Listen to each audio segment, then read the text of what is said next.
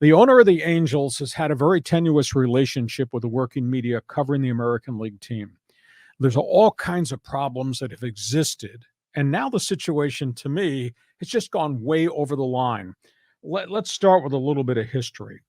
The Angels were one of the first franchises that got fingered by The Athletic, the national publication, about their treatment of minor league players. A year and a half ago, they sent an investigative reporter into the minor leagues to see about the work and living conditions of all the kids, not the bonus babies at AAA or the number one picks, but everybody else. And they focused in on a Class A team that the Angels had. I think it was in the Midwest League.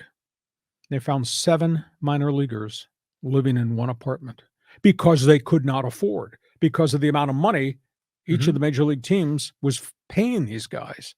They had 7 guys living in 2 bedrooms, sleeping on couches and sleeping bags, including a bunch of Caribbean players who come from poverty. And that became a huge story. That was the catalyst, John, for the Major League Baseball Players Association to take over representation of every guy in the minor leagues. A year ago this time, when we were just starting our podcast, they had the vote and they approved it.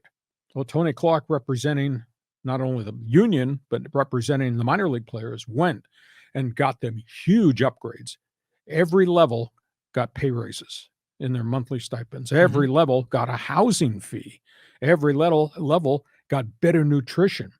And baseball also folded a whole bunch of minor leagues teams that had really substandard facilities and really poor attendance. They tightened minor league baseball. So the Angels, though, were the poster child of why you treat minor leaguers this way. So that was the first item that became an incendiary thing with Moreno. Lynn Moreno, who was trying to get a land deal at Anaheim Stadium to build a new stadium or build a business enclave around, got caught up in this mess with the Anaheim mayor taking kickbacks, and the mayor was forced to resign. Moreno did nothing wrong, but because he was in the midst of negotiations with the stadium thing, he got dragged into the middle of that. Now you add on the Tyler Skaggs drug trial, which the media covered intently, and we find out Angel PR representative was dealing drugs within that clubhouse. And then there was a clubhouse manager for the visiting clubhouse that was dealing illegal substances to pitchers, doctoring balls. Arte Moreno had no knowledge of this, but it happened under his umbrella, under his watch. So we've got all that basis of stuff that's gone on. And then we find out through an investigative report this past winter that Moreno and the Angels removed their broadcasters, their Spanish broadcasters, from the stadium. Took them out of their booths so they could make it a skybox. Relocated them different parts, then decided we're not going to fund Spanish broadcasts.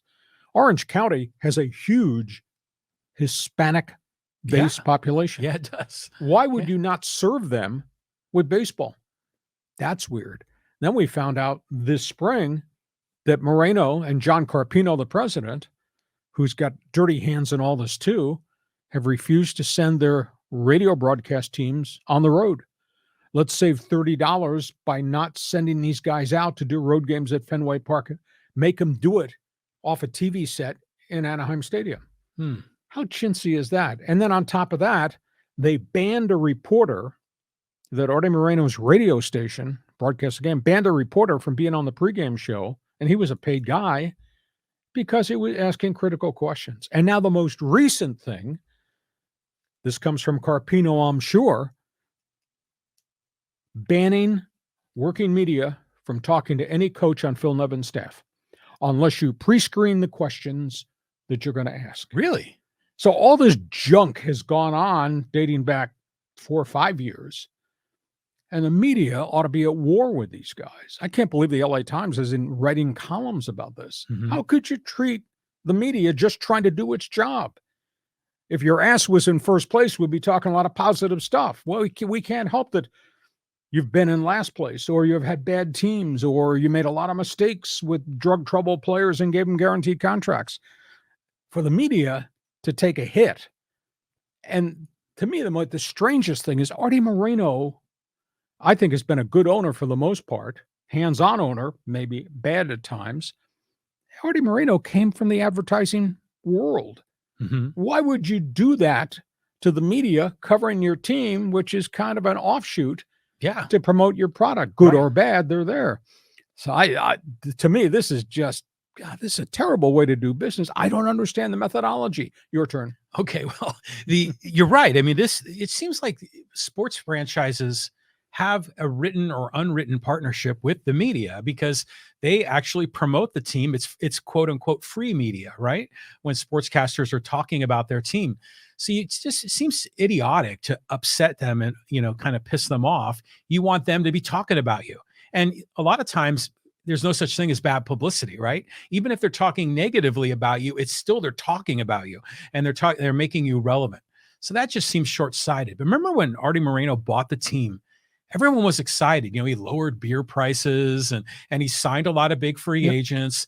And I guess maybe he was like a hero. But then you remember he wanted to sell the team last year and he had it. So maybe a lot of this BS is part of the reason he doesn't like being an owner.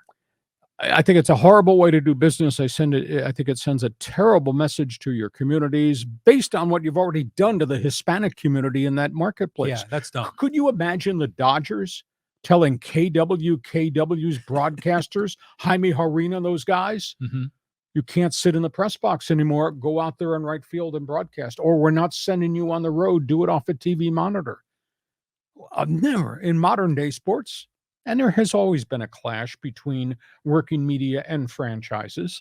I've never seen anything like this at all. And I don't understand the methodology. And I'm surprised the media has not revolted even more. And the Baseball Writers Association carries a lot of clout.